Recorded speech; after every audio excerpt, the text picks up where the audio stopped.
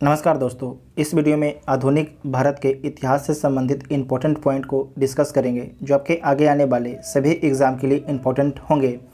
ये आपके video number 5 है। इसका पहले आधुनिक भारत के 4 वीडियो अपलोड हो चुके हैं। जो नहीं देखे जाकर देख लीजिएगा, प्लेलिस्ट में वीडियो आपको मिल जाएंगे। अगर आप लोग इसका PDF चाहते हैं तो टेलीग्राम ग्रुप ज्वाइन कर लीजिएगा, जिसका लिंक आपको डिस्क्रिप्शन में दिया गया है। पहला इसमें आज डिस्कस करेंगे जलियांवाला बाग हत्याकांड के बारे में। तो जो जलियांवाला बाग हत्याकांड है हुआ कब था? तो 13 अप्रैल 1919 को हुआ था और बैसाखी का दिन था 13 अप्रैल।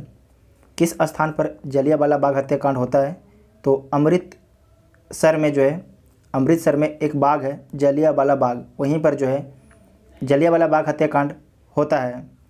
और उसके बाद नेक्स्ट है कि सार्वजनिक सभा का आयोजन। तो जो आपके जलियांवाला बाग में लोग जमा क्यों हुए थे, तो उसका पीछे रीज़न था डॉक्टर सैफुद्दीन किचलू और डॉक्टर सत्यपाल की गिरफ्तारी तथा ब्रिटिश दमन का विरोध करने के लिए आम नागरिक अमृतसर का जलियांवाला बाग में जमा हुए थे। लेकिन यहाँ पर डायरा के द्वारा गोलियां चलाने की ऑर्डर दे दी जाती है और उसमें करीब 1000 लोगों की मौत हो जाती है। 1000 आम लोगों की मौत हो जाती है और इस मौत की जो घटना को जांच करने के लिए हंटर कमीशन की स्थापना की जाती है, गठन की जाती है। यहाँ लिखा गया हत्याकांड की जांच हेतु ब्रिटिश सरकार द्वारा एक हंटर कमीशन का गठन किया जाता है। और जो हंटर कमीशन है अपना रिपोर्ट कब देता है? तो 1920 में अपना रिपोर्ट सरकार को सौंपता है। और निष्कर्ष में क्या निकलता है रिपोर्ट में? तो रिपोर्ट में निष्कर्ष में निकलता है कि दुर्घटना के लिए सरकार दोषी नहीं है। जो आपके वहाँ पर बहुत से 1000 लोगों की हत्या कर दी गई, उसके लिए जिम्मेदार सरकार नहीं है। तो कौन जिम्मेदार है? तो कोई भी जिम्मेदार नहीं है, खुद जनता ही जिम्मेदार है। किसके द्वारा बोला गया? अंग्रेज़ों के द्वारा बोला गया। और डायरा का कार्य क्या था? वहाँ पर केवल निर्णय लेने की भूल थी। यानी कि यहाँ पर भी एक तरीके से जो डायर था उसे दोषी नहीं ठहराया गया, सिर्फ बोला गया कि जो जनरल डायर था उसकी निर्णय लेना एक तरीके से क्या था? भूल था। जो गोली चलाने का ऑर्डर देना एक तरीके से उसे भूल साबित कर दिया गया और उसे ठंडे बस्ते में डाल दिया गया। जो हंटर कमीशन का गठन होता है उसमें 3 आपके भारतीय सदस्य थे। तो कौन कौन थे इसे पूछा जाता है, नोट कर लीजिएगा। CH शीतलबाड़, पंडित जगत नारायण और सुल्तान अहमद आपके 3 सदस्य थे। उसके बाद जो जनरल डायर है, जलियांवाला बाग हत्याकांड के विरोध में इसे पद से हटा दिया जाता है जनरल डायर को। और जो जनरल डायर को है बहुत सी उपाधियाँ दी गई है और दी भी जाती है। तो कौन कौन उपाधियाँ दी गई है देख लीजिए।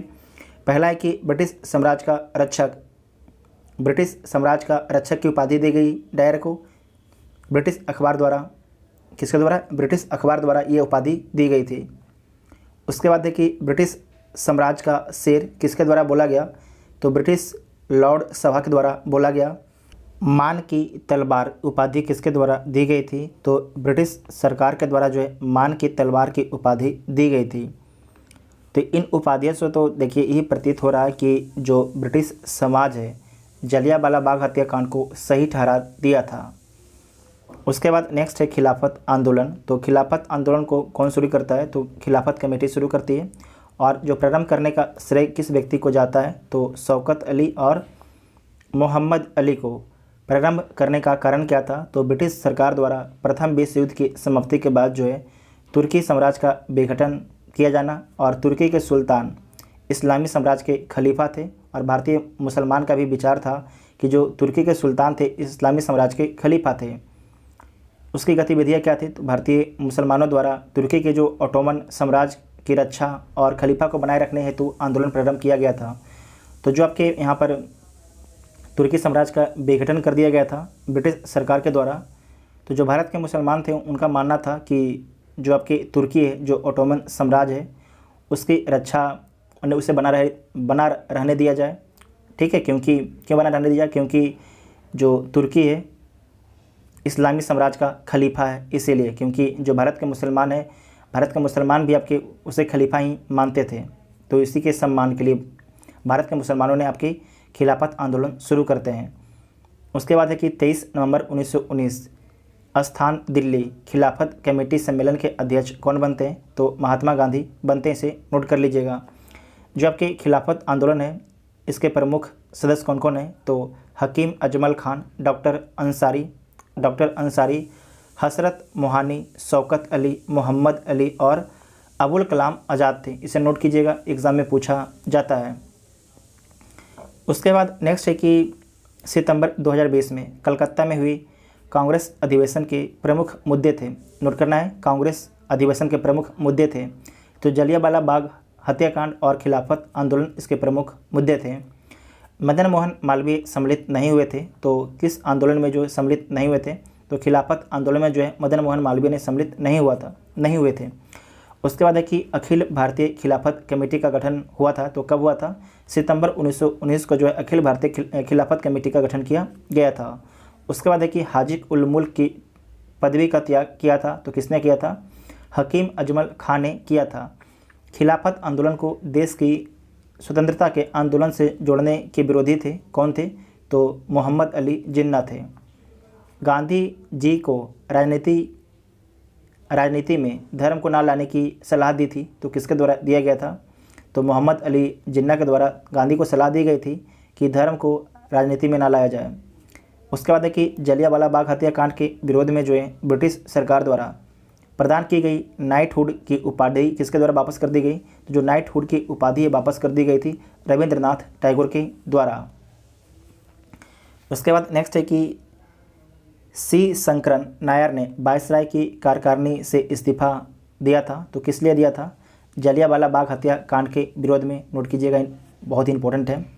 उसके बाद है कि जलियांवाला बाग हत्याकांड के समय पंजाब के लेफ्टिनेंट गवर्नर रहे माइकल ओ डायर की मार्च 1940 में लंदन में हत्या किसके द्वारा कर दी गई? तो पंजाब के क्रांतिकारी उधम सिंह के द्वारा। इस क्वेश्चन को बीपीएससी भी पूछ चुका है, ठीक है, इस क्वेश्चन को बीपीएससी पूछ चुका है और भी एग्ज़ाम पूछे होंगे, तो अच्छा क्वेश्चन से नोट कीजिएगा। उसके बाद है कि 1919 में जघन जलियांवाला बाग हत्याकांड के समय भारत का वायसराय कौन था? तो लॉर्ड चेम्सफोर्ड था। ये भी पूछा जाता है, कौन था? लॉर्ड चेम्सफोर्ड था। इसे नोट कर लीजिएगा, आपके एग्जाम के लिए इंपॉर्टेंट है। उसके बाद है असहयोग आंदोलन, ठीक है। जो असहयोग आंदोलन है प्रारंभ कब हो जाता है? तो 1 अगस्त 1920 को जो है असहयोग आंदोलन प्रारंभ हो जाता है। और इसकी शुरुआत किसके द्वारा की जाती है? तो इसकी शुरुआत महात्मा गांधी के द्वारा किया जाता है। कांग्रेस अधिवेशन, इसमें देख लीजिए विशेष अधिवेशन कब होता है? तो आपके जो विशेष अधिवेशन होता है कलकत्ता में होता है। और कब होता है? तो सितंबर 1920 में, जहां पर अब असहयोग प्रस्ताव को पारित किया जाता है। तो आपसे पूछा जाएगा कि असहयोग प्रस्ताव को जो है कब पारित किया गया था? तो सितंबर 1920 में कलकत्ता के अधिवेशन में पारित किया गया था। उसके बाद आपको याद रखना है कि इसके प्रस्तावक कौन थे? तो गांधी जी इसके प्रस्तावक थे, लेकिन जो असहयोग आंदोलन है इसके विरोधी कौन थे? जो गांधी जी ने प्रस्ताव दिया था असहयोग आंदोलन का, उसका जो विरोध किए थे CR दास ने उसका विरोध करते हैं। जबकि जब ये विशेष अधिवेशन हुआ था, नोट करना है विशेष, जब वार्षिक कांग्रेस का अधिवेशन होता है तो कहाँ पर होता है? तो नागपुर में होता है। कब होता है? तो दिसंबर 1920 में होता है। और जो असहयोग आंदोलन का जो प्रस्ताव है उसके जो असहयोग आपके प्रस्ताव है इसका प्रस्तावक कौन थे? तो इसका प्रस्तावक थे CR दास। जहाँ पर जो विशेष अधिवेशन में CR दास उसका विरोध करते हैं, जबकि वार्षिक अधिवेशन में जो उसका समर्थन करते हुए दिखते हैं। तो नोट कीजिएगा, यहाँ से क्वेश्चन आपके एग्जाम में बन सकता है। आपसे विशेष अधिवेशन के बारे में पूछ सकता है या वार्षिक अधिवेशन के बारे में पूछ सकता है। विशेष कहाँ पर होता है? कलकत्ता में होता है। और जो वार्षिक होता है नागपुर में होता है। उसके बाद नेक्स्ट है कि सफलताएँ, इसमें क्या सफलता मिली? तो जनता के मन से जो है ब्रिटिश शक्ति का भय हट गया। पहले था कि जनता सोचती थी कि जो ब्रिटिश है कभी भारतीय से हारेंगे नहीं, ये एक तरीके से अजय हैं, लेकिन जनता के मन में जो है, और साथ में ये सोचते थे अगर कोई आंदोलन करेंगे तो जो ब्रिटिश लोग हैं पकड़ के जेल में डाल देंगे। लेकिन जब गांधी जी ने असहयोग आंदोलन शुरू किया तो जनता के मन से जो है जो ब्रिटिश शक्ति है उसका भय हट गया। उसके बाद है कि पहली बार देश की जनता जो है संगठित होती है। पहले देश की जनता जो है टुकड़े टुकड़े आंदोलन कर रही थी, लेकिन अब जो है इकट्ठे आके सारे जो भारत की जनता है आंदोलन करती है। उसके बाद नेक्स्ट पॉइंट है कि जनता को जो है आधुनिक राजनीति से परिचित कराया। मतलब कि पहले क्या था कि जो भारतीय लोग थे गोली बंदूक के बारे में जानते थे, लेकिन गांधी जी ने उन्हें असहयोग, मतलब कि जो ब्रिटिश सरकार है उनके काम में हम सहयोग नहीं करेंगे, इस प्रकार से नई राजनीति से परिचित कराया। उसके बाद है कि जनता में आज़ादी की भूख जागी, जनता को लगा कि हाँ हमें अब आज़ाद होना है, क्योंकि पहले कोई वैसा नेतृत्व करने वाला भारत की जनता थी उनको मिला नहीं था। लेकिन जब जनता को नेतृत्व करने वाला ऐसा व्यक्ति मिल गया तो जो भारत के नागरिक थे उनमें भी आज़ादी की भूख जाग गई, ताकि हम स्वतंत्र रह के अपनी काम स्वयं कर सकते हैं, हम किसी को ज़्यादा टैक्स ना दें। इस तरीके से होता है ना। इससे कि जब ब्रिटेन जो आपके अंग्रेज़ थे उन लोगों ने क्या किया था, जो भारतीय लोग थे उन लोगों से बहुत ज़्यादा टैक्स लेता था, उन लोगों को कोड़ा बरसाया जाता था। तो उन सभी से छुटकारा पाना चाहते थे भारतीय लोग, चाहते थे कि हम भी आज़ाद हो जाएं। नेक्स्ट है उपाधियों का त्याग। तो गांधी जी जो हैं किसकी उपाधि त्याग देते हैं, तो कैसर ए हिंद की उपाधि त्याग देते हैं, और जो आपके जमनालाल बजाज हैं राय बहादुर की उपाधि त्याग देते हैं। उसके बाद कुछ महत्वपूर्ण तथ्य के बारे में देखिए जो आपसे एग्ज़ाम में पूछा जाता है। डॉक्टर मुंजे द्वारा गांधी जी के खिलाफ जो है निंदा प्रस्ताव लाते हैं। डॉक्टर मुंजे द्वारा जो है गांधी जी के खिलाफ जो है निंदा प्रस्ताव लाया जाता है। उसके बाद रविंद्रनाथ टैगोर का कथन क्या है, विदेशी वस्त्रों को जलाना अविवेक या निष्ठुर बर्बादी है। किसके द्वारा बोला गया, पूछा जाता है, स्टेटमेंट नोट कीजिएगा। रविन्द्रनाथ टैगोर के द्वारा बोला गया था। वर्ष 1921 काशी विद्यापीठ की स्थापना कहाँ पर की जाती है, बनारस में। कब की जाती है, 1921 में। वर्ष 1920 गुजरात विद्यापीठ की स्थापना कहाँ की जाती है, अहमदाबाद में। वर्ष 1920 जामिया मिलिया इस्लामिया की स्थापना कहाँ पर की जाती है, तो अलीगढ़ में। बाद में इसे जो है दिल्ली स्थानांतरित कर दी जाती है। वर्ष 1916 बनारस हिंदू विश्वविद्यालय की स्थापना की जाती है। इसे नोट कीजिएगा, सारे एग्जाम में पूछे जाते हैं। उसके बाद है स्वराज पार्टी के बारे में जानिए। जो स्वराज पार्टी है इसका गठन कब किया जाता है, तो 1923 में स्वराज पार्टी का गठन किया जाता है। तो जो स्वराज पार्टी इसकी स्थापना कब होती है, जनवरी 1923 में इसकी स्थापना होती है स्वराज पार्टी का।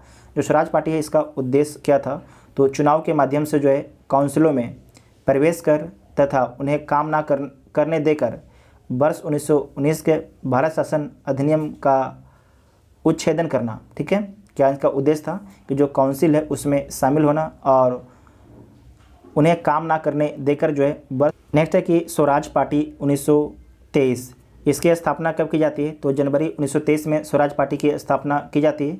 और इसका उद्देश्य क्या था, तो चुनाव के माध्यम से काउंसिलों में प्रवेश कर तथा उन्हें काम ना करने देकर वर्ष 1919 के भारत शासन अधिनियम का उच्छेदन करना इसका उद्देश्य था। तो आपको नोट करना है क्या था, चुनाव के माध्यम से काउंसिलों में प्रवेश करना और ब्रिटिश सरकार को काम ना करना देना इनका उद्देश्य था। और इसके संस्थापक कौन थे, नोट कीजिएगा, पूछा जाता है। तो CR दास इसके अध्यक्ष थे, और जो इसके महासचिव कौन थे, तो मोतीलाल नेहरू इसके महासचिव थे। इसके अन्य नेता कौन कौन थे, तो श्रीनिवास अयंगर और NC केलकर। श्रीनिवास अयंगर और NC केलकर इसके आपके अन्य प्रमुख नेता थे। इसके बाद यहाँ पर नोट कीजिएगा चित्तरंजन दास और मोतीलाल नेहरू के बारे में। जो चित्तरंजन दास हैं इन्हें किस नाम से जाना जाता है, तो देशबंधु नाम से जाना जाता है। और इंग्लैंड वकालत की पढ़ाई इनके द्वारा कहाँ से की जाती है, तो इंग्लैंड से की जाती है। और वकील के रूप में जो है सबसे बड़ी सफलता अलीपुर बम कांड केस में अरविंद घोष का बचाव से मिलता है। किनको, चित्तरंजन दास को। उसके बाद है मोतीलाल नेहरू, इनका 16 दिसंबर 1922 को जो है इंडिपेंडेंट पार्टी बनाने का निर्णय लेते हैं मदन मोहन मालवीय के साथ में मिलकर। कौन, मोतीलाल नेहरू। मोतीलाल नेहरू किनके पिताजी हैं, पता है आप लोग को, मोतीलाल नेहरू किनके पिताजी, आप लोग बताइएगा कमेंट बॉक्स में। ठीक है, उसके बाद यहाँ पर देखिए एक पॉइंट और रही गया है कि महत्वपूर्ण उपलब्धियाँ जो स्वराज पार्टी है इसके द्वारा कुछ महत्वपूर्ण उपलब्धियाँ। तो वर्ष 1925 में जो है विट्ठल भाई पटेल सेंट्रल लेजिस्लेटिव असेंबली के अध्यक्ष चुने गए। क्या उपलब्धि है कि वर्ष 1925 में जो है विट्ठल भाई पटेल जो है सेंट्रल लेजिस्लेटिव असेंबली के अध्यक्ष चुने गए। इतना आपको याद रखना है। नेक्स्ट है साइमन कमीशन 1927। तो इसमें गठन का प्रावधान क्या था कि साइमन कमीशन का गठन एकाएक कर दिया गया नहीं। इसका पीछे बैकग्राउंड है। क्या बैकग्राउंड है कि 1919 के मॉन्टेग्यू चेम्सफोर्ड सुधार में यह निर्णय लिया गया था कि 10 वर्ष पर जो है मॉन्टेग्यू चेम्सफोर्ड सुधार की समीक्षा की जाएगी और उस समीक्षा के लिए एक संवैधानिक आयोग का गठन किया जाएगा। तो उसी क्रम में जो है साइमन कमीशन का जो है गठन किया जाता है। लेकिन यहाँ पर 1 साल पहले ही जो साइमन कमीशन है उसका गठन कर दिया जाता है। ठीक है, कब किया जाता है? तो नवंबर 1927 में जो है साइमन कमीशन का गठन कर दिया जाता है। और उस समय जो है तत्कालीन ब्रिटेन के प्रधानमंत्री कौन थे? तो ब्रिटिश प्रधानमंत्री थे स्टैनली बाल्डबिन। नोट कीजिएगा, पूछा जाता, स्टैनली बाल्डबिन थे। और भारतीय सांविधिक आयोग और साइमन कमीशन के नाम से ये भारत में जाना गया। उसके बाद नेक्स्ट है कि इसकी संरचना, इसमें आपके जो 7 मेंबर थे, कितने मेंबर थे? 7 मेंबर थे अध्यक्ष सहित। और इसके अध्यक्ष कौन थे? तो सर जॉन साइमन इसके अध्यक्ष थे। और सातों के साथ ही आपको याद रखना है कि विदेशी थे, सातों के सातों आपके विदेशी थे। और क्लीमेंट एटली भी इसका एक सदस्य थे। नोट कीजिएगा, ये पूछा जा सकता है। क्लीमेंट एटली भी जो आपके साइमन कमीशन है उसके एक मेंबर थे। और इसका विरोध किया जाता है भारत में। क्यों विरोध किया जाता है? सभी सदस्य गैर भारतीय हैं, मतलब कि सभी सदस्य जो हैं वाइट हैं, श्वेत हैं, इसीलिए जो है इसका विरोध किया जाता है। श्वेत कमीशन कह के भारत में इसका विरोध किया जाता है। कांग्रेस द्वारा जो है मद्रास अधिवेशन दिसंबर 1927 में जो है साइमन कमीशन के विरोध करने का निर्णय लेती है। तो अपने अधिवेशन में जो है कांग्रेस जो है 1927 में मद्रास अधिवेशन में ये निर्णय लेती है कि हमें साइमन कमीशन का क्या करना है? विरोध करना है। उसके बाद है कि 3 फरवरी 1928 को जो है साइमन कमीशन का बम्बई आगमन होता है। ये डेट याद रखिएगा। गठन कब होता है? नवंबर 1927 में। यहाँ पर फिर से नवंबर 1927 में इसका गठन किया जाता है। नवंबर 1927 में इसका गठन किया जाता है। और ये भारत कब पहुँचता है? तो 3 फरवरी 1928 को भारत पहुँचता है। साइमन कमीशन का जो है बम्बई आगमन होता है। और इसी क्रम में जो है देशव्यापी हड़ताल का आयोजन किया जाता है। नारा क्या था? नारा था साइमन कमीशन वापस जाओ, वापस जाओ। क्या था? साइमन कमीशन वापस जाओ, वापस जाओ, इसका नारा था। उसके बाद आपको याद रखना है लाला लाजपत राय। लाहौर में जो है साइमन कमीशन का विरोध कौन कर रहे थे? लाला लाजपत राय जो आपके जुलूस था उसका नेतृत्व कर रहे थे। लेकिन इसी क्रम में क्या होता है कि पुलिस के लाठीचार्ज में जो है आपके जो लाला लाजपत राय हैं ये गंभीर रूप से घायल हो जाते हैं और परिणामतः इनकी मौत हो जाती है। ठीक है, परिणामतः इनकी मौत हो जाती है लाला लाजपत राय की। पंजाब के प्रमुख राजनीतिक नेता थे लाला लाजपत राय। नोट कीजिएगा, पंजाब के प्रमुख राजनीतिक नेता थे। और इन्हें कौन सी उपाधि दी गई थी? तो पंजाब केसरी की उपाधि इन्हें दी गई थी। नेक्स्ट है नेहरू रिपोर्ट। जो नेहरू रिपोर्ट है साइमन कमीशन के प्रति उत्तर में तैयार किया जाता है। सर्वदलीय समिति का गठन किया जाता है जिसके अध्यक्ष कौन है? तो मोतीलाल नेहरू। और सचिव कौन है? जवाहरलाल नेहरू। जो नेहरू रिपोर्ट है इसमें कितने मेंबर थे? तो आपके 9 मेंबर थे। कितने मेंबर थे? जो नेहरू रिपोर्ट तैयार किया गया उसमें कितने मेंबर थे? 9 मेंबर थे। पूर्ण स्वतंत्रता के स्थान पर जो है नेहरू रिपोर्ट ने क्या मांग किया? डोमिनियन स्टेट की मांग की थी। नोट कीजिएगा, पूछा जाता है। सांप्रदायिक आधार पर जो है पृथक निर्वाचन मंडलों के स्थान पर जो है अल्पसंख्यकों हेतु आरक्षित स्थानों के लिए संयुक्त निर्वाचन क्षेत्रों का आपके प्रस्ताव रखा था। तो जो आपके सांप्रदायिक आधार पर निर्वाचन था उसे एक तरीके से खारिज कर दिया गया था नेहरू रिपोर्ट के द्वारा। और मौलिक अधिकार का प्रावधान था प्रस्तावित संविधान में। ठीक है, कि जो भी आपके संविधान बनेगा उसमें मौलिक अधिकार को शामिल किया जाना चाहिए, फंडामेंटल राइट को। फंडामेंटल राइट किस आर्टिकल से किस आर्टिकल तक है आप लोग कमेंट बॉक्स में बताइएगा। नेक्स्ट है कि कांग्रेस का लाहौर अधिवेशन। कांग्रेस का लाहौर अधिवेशन, पूर्ण स्वराज प्रस्ताव। तो जो आपके कांग्रेस का लाहौर अधिवेशन और पूर्ण स्वराज कब पारित होता है? तो 1929 में।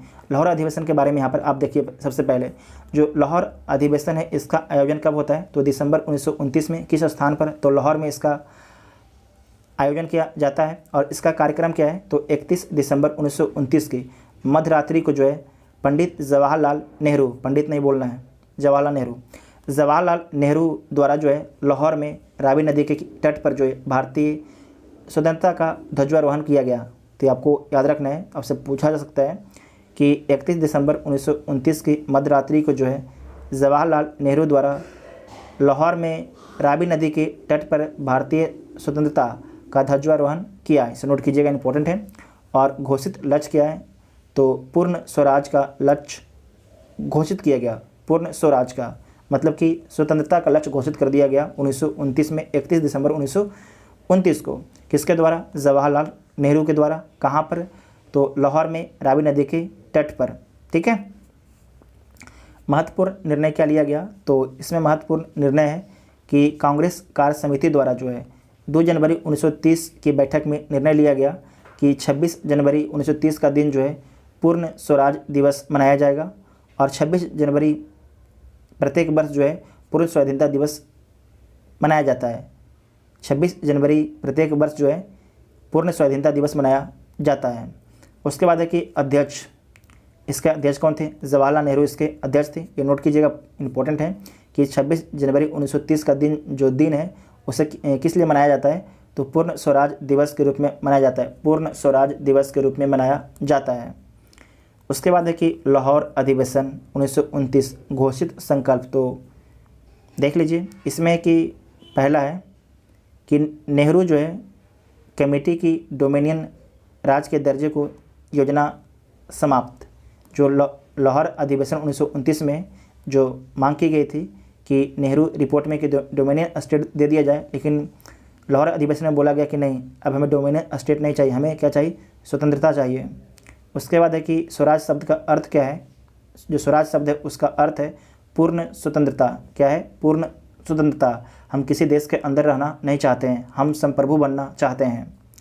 उसके बाद है कि अखिल भारतीय कांग्रेस जब उचित समझेगी नागरिक अवज्ञा आंदोलन प्रारंभ कर देगी। ठीक है, जब अखिल भारतीय कांग्रेस जब उचित समझेगी तब जो है सबने अवज्ञा आंदोलन प्रारंभ कर देगी। उसके बाद है कि गोलमेज सम्मेलन से कोई लाभ नहीं। जो गोलमेज सम्मेलन हुआ उससे कोई भी लाभ नहीं होगा। नेक्स्ट है कि सबने अवज्ञा आंदोलन 1930, तो डांडी मार्च ये पहला पॉइंट है। डांडी मार्च कब प्रारंभ होता है? तो 12 मार्च 1930 से प्रारंभ होता है। और कहाँ से होता है? तो साबरमती आश्रम से प्रारंभ होता है। ये पहला पॉइंट है। दूसरा पॉइंट है कि सबने अवज्ञा आंदोलन कब प्रारंभ होता है? तो 6 अप्रैल 1930 को होता है। और कहाँ से होता है? तो डांडी से होता है। ये ध्यान रखिएगा, कहाँ से होता है? डांडी से। ये क्वेश्चन आपके बीपीएससी के द्वारा पूछा भी जा चुका है। पूछा गया कि सबने अवज्ञा आंदोलन जो है कहाँ से प्रारंभ होता है, तो ज़्यादातर बच्चों ने मार दिया साबरमती आश्रम से। साबरमती आश्रम से नहीं, वहाँ से डांडी मार्च शुरू होता है। लेकिन जो सबने अवज्ञा आंदोलन शुरू होता है कहाँ से? डांडी से। डांडी में जो है गांधी के द्वारा नमक बनाकर इस कानून को तोड़ा जाता है। और सबने अवज्ञा आंदोलन, जो नमक कानून को तोड़ा जाता है गांधी के द्वारा आपके डांडी में नमक बनाकर, और वहीं से आपके सबने अवज्ञा आंदोलन शुरू हो जाता है। इसे नोट कीजिएगा, बहुत ही इंपॉर्टेंट दोनों पॉइंट हैं। और दोनों के बीच में कितने दिनों का गैप है? तो 24 दिनों का गैप है, 24 दिनों का।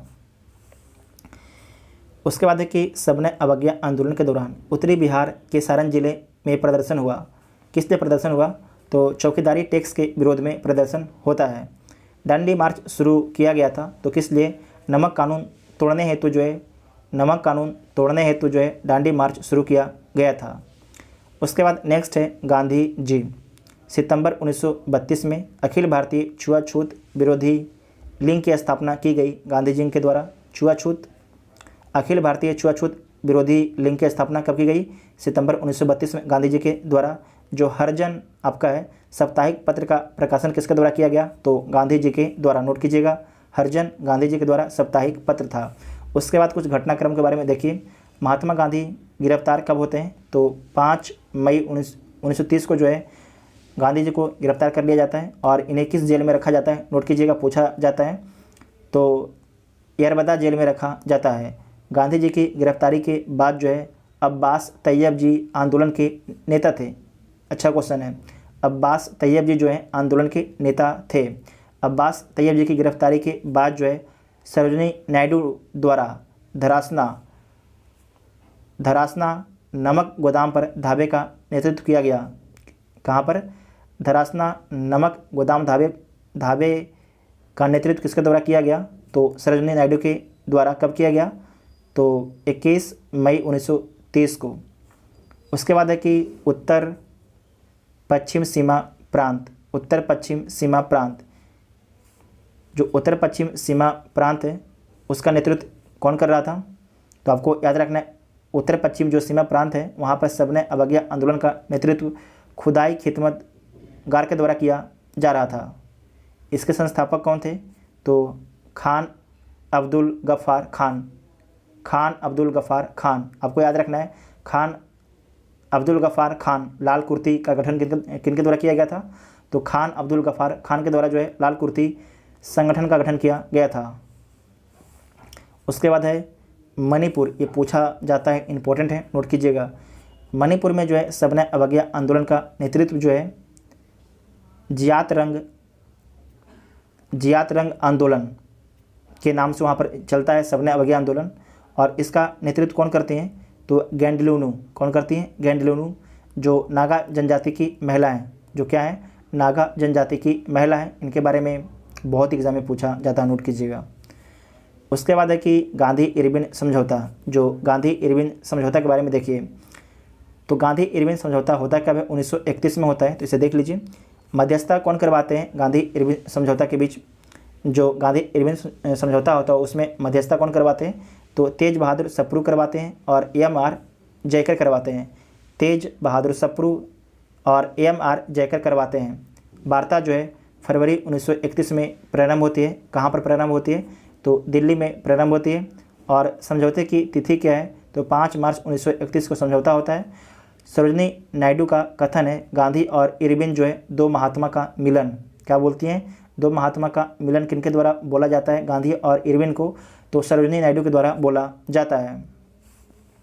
उसके बाद है कि गांधी इरविन समझौते के महत्वपूर्ण बिंदु के बारे में देखिए, तो गांधी जी के नेतृत्व में जो है कांग्रेस सबने अवज्ञा आंदोलन स्थगित करने को तैयार हो गए हैं।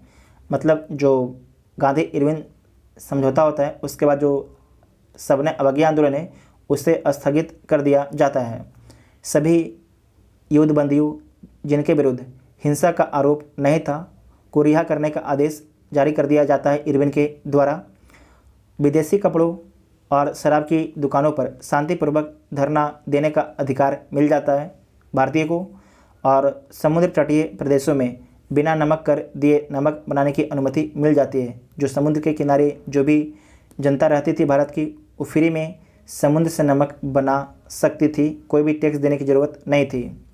उसके बाद है कि कांग्रेस द्वितीय गोलमेज सम्मेलन में भाग लेने के लिए तैयार हो गई। कांग्रेस जो है द्वितीय गोलमेज सम्मेलन में भाग लेने के लिए तैयार हो जाती है। कि इरविन के जीवनीकार कौन थे? तो एलन कैंपबेल जॉनसन थे। ये नोट कीजिएगा, पूछा जा सकता है। के अनुसार गांधी इरविन समझौते में महात्मा गांधी के लाभ थे, तो क्या थे? सांत्वना पुरस्कार। इससे आप लोग समझ लीजिएगा इस क्वेश्चन को। एक क्वेश्चन हमें समझ में ढंग से नहीं आया है, ठीक है। हम बहुत बार प्रयास भी किए हैं, लेकिन आपको याद रखना है कि जो इरविन के जीवनीकार हैं वो कौन है? तो एलन कैंपबेल जॉनसन है। कौन है? याद रखिएगा। उसके बाद है कि वायसराय इरविन ने गांधी जी को जेल से रिहा कब किया? तो 26 जनवरी 1931 को जो है जेल से रिहा कर दिया जाता है। और उसके बाद नेक्स्ट है कि वर्ष 1930 में अंग्रेजी सरकार के विरुद्ध जो है प्रसिद्ध पेशावर कांड के नायक कौन थे? तो वीरचंद्र सिंह गढ़वाली थे। सबने अवज्ञा आंदोलन की सफलता के बाद गांधी जी ने महत्व दिया, तो किस काम को महत्व दिया? तो रचनात्मक कार्यक्रम को महत्व दिया। उसके बाद नेक्स्ट है कांग्रेस का कराची अधिवेशन कब होता है? 26 से 31 मार्च 1931 को जो है कांग्रेस का कराची अधिवेशन होता है। और इसका उद्देश्य क्या था? तो गांधी इरविन समझौते को मंजूरी देना इसका उद्देश्य था। और इसके अध्यक्ष कौन थे? तो सरदार वल्लभ भाई पटेल इसके अध्यक्ष थे। पारित प्रस्ताव मौलिक अधिकारों और राष्ट्रीय आर्थिक कार्यक्रमों से संबंध था। ये अच्छा है, नोट कीजिएगा, पूछा जाता है। मौलिक अधिकारों और राष्ट्रीय आर्थिक कार्यक्रमों से संबंध था। कांग्रेस का कराची अधिवेशन। गांधी जी का कथन था कि गांधी मर सकता है, गांधीवाद नहीं। किसका कथन है? गांधी जी का कथन है। प्रथम अवसर कांग्रेस द्वारा पूर्ण स्वराज परिभाषित। प्रथम जो अवसर मिला कांग्रेस को, जहां पर कांग्रेस द्वारा जो है पूर्ण स्वराज को परिभाषित किया गया। उसके बाद अन्य के बारे में देख लीजिए जो पूछा जाता है। यहाँ पर है कि मूल अधिकारों तथा आर्थिक कार्यक्रम पर संकल्प जवाहरलाल नेहरू द्वारा प्रारूपित किया गया। किसके द्वारा? जवाहरलाल नेहरू के द्वारा प्रारूपित किया गया। सुभाष चंद्र बोस के बारे में देखिए कि कांग्रेस का कराची अधिवेशन 1931 में महात्मा गांधी की लोकप्रियता और सम्मान की प्रकाष्ठा किसके द्वारा बोला गया है? तो सुभाष चंद्र बोस के द्वारा बोला गया है। उसके बाद देखिए प्रथम गोलमेज सम्मेलन जो है इसका आयोजन कब होता है? तो 12 नवंबर 1930 से 12 नवंबर 1930 से 19 जनवरी 1931 के बीच में होता है। और कहाँ पर होता है? तो लंदन में इसका आयोजन किया जाता है। और इसकी विशेषता क्या है कि कांग्रेस ने भाग नहीं लिया, इसमें जो है कांग्रेस भाग नहीं लेते हैं। और इसमें याद रखना है कि ईसाइयों का प्रतिनिधि, जो ईसाई हैं उसका प्रतिनिधि कौन कर रहे थे? जो ईसाई हैं उनका प्रतिनिधि कर रहे थे केटी पॉल जो है ईसाई का प्रतिनिधित्व कर रहे थे।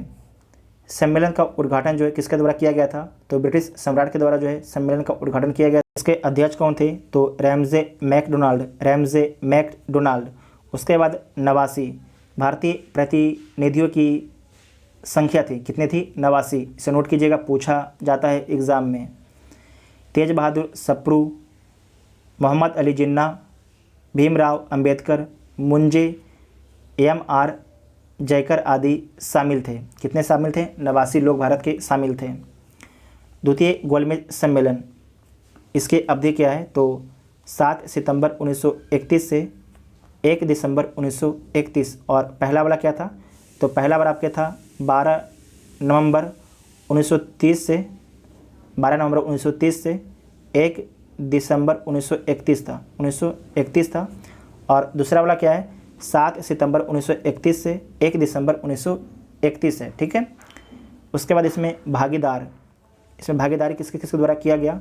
तो सरोजिनी नायडू, एनी बेसेंट, मदन मोहन मालवीय, गांधी जी के द्वारा भागीदारी की गई है। इसमें याद रखना कि जो गांधी जी हैं कांग्रेस के एकमात्र प्रतिनिधि हैं, गांधी जी आपके शामिल होते हैं। और यस राजपुताना जलपोत से लंदन जाते हैं। ये पूछा जाता है कि गांधी जी जो है द्वितीय गोलमेज सम्मेलन में शामिल होने के लिए किस जलपोत से जाते हैं? तो यस राजपुताना जलपोत से जाते हैं। लंदन के किंग्सले हॉल में ठहरते हैं। कहाँ पर ठहरते हैं? लंदन के जो है किंग्सले हॉल वहाँ पर ठहरते हैं। और स्वदेश वापसी पर गांधी जी का बयान क्या है? यह सच है कि मैं खाली हाथ लौट रहा हूँ, किंतु मुझे संतोष है कि जो ध्वज मुझे सौंपा गया था उसे नीचे नहीं होने दिया और उसके सम्मान के साथ समझौता नहीं किया। मतलब उसके जो आपके सम्मान था उस सम्मान के साथ में समझौता गांधी जी ने नहीं किया। ठीक है। उसके बाद नेक्स्ट है तृतीय गोलमेज सम्मेलन। ये कब होता है? तो 17 नवंबर 1932 से जो है 24 दिसंबर 1932 तक चलता है। और इसका विशेष क्या है? कांग्रेस द्वारा सम्मेलन का बहिष्कार कर दिया जाता है। तो आपको याद रखना है कि कांग्रेस जो है जो गोलमेज सम्मेलन होता है तो सिर्फ द्वितीय गोलमेज सम्मेलन में शामिल होता है, जबकि पहला और तीसरा में शामिल नहीं होता है। सिर्फ कांग्रेस जो है द्वितीय गोलमेज सम्मेलन में शामिल होता है, जबकि पहला और तीसरा में जो है कांग्रेस, जो पहला गोलमेज सम्मेलन तीसरा गोलमेज सम्मेलन में कांग्रेस शामिल नहीं होता है। नोट कर लीजिएगा, पूछा जाता है। नेक्स्ट है आपके सांप्रदायिक पंचाट एवं पूना पैक्ट। तो इसे देख लीजिए। 16 अगस्त 1932 को रैमजे मैकडोनाल्ड ने अपने सांप्रदायिक अधिनियम की घोषणा की, जिसमें कहा गया सांप्रदायिक पंचाट, जिसे क्या बोला गया? जिसे बोला गया सांप्रदायिक पंचाट बोला गया, जिसे कॉमनवेल्थ अवार्ड बोला गया है। इसकी घोषणा किसके द्वारा की गई थी? तो रैमजे मैकडोनाल्ड के द्वारा। दलितों को भी जो है अल्पसंख्यक मानकर हिंदुओं से अलग कर दिया गया सांप्रदायिक पंचाट के द्वारा। नोट कीजिएगा, दलितों को जो है अल्पसंख्यक मानकर हिंदुओं से अलग कर दिया गया था। गांधी जी ने अपना पहला आमरण अनशन प्रारंभ किया तो सांप्रदायिक निर्णय के विरोध में। अच्छा क्वेश्चन है, नोट कीजिएगा। पहला आमरण अनशन प्रारंभ किया तो सांप्रदायिक निर्णय के विरोध में। उसके बाद देखिए 24 सितंबर 1932 को अंबेडकर और गांधी जी के अनुयायियों के मध्य हुए समझौते को कहा जाता है। तो क्या बोला जाता है? तो पूना समझौता यरबदा समझौता बोला जाता है। पूना समझौता के बारे में देखिए तो कब होता है? 24 सितंबर 1932 को होता है। और इस पर जो है किसका हस्ताक्षर होता है? तो एक साइड आपकी दलितों की ओर से BR अम्बेडकर का और हिंदुओं की ओर से जो है मदन मोहन मालवीय का इस पर हस्ताक्षर होता है। नोट में है कि महात्मा गांधी ने पूना समझौते पर हस्ताक्षर नहीं किया था। नोट कर लीजिएगा, बहुत ही इम्पोर्टेंट पॉइंट है। उसके बाद जो भी अगला पॉइंट बचा हुआ है, इसके बाद आपके कांग्रेस सोशलिस्ट पार्टी और भी आपके बचे हुए हैं। तो कोशिश करेंगे कि 2 वीडियो में उससे भी हम लोग कंप्लीट कर दें, क्योंकि ये वीडियो बहुत लंबा बन चुका होगा, हमें पता भी नहीं कितना मिनट का बना है। तो आप लोग को वीडियो कैसा लगा आप लोग कमेंट करके ज़रूर बताइएगा। Thank you.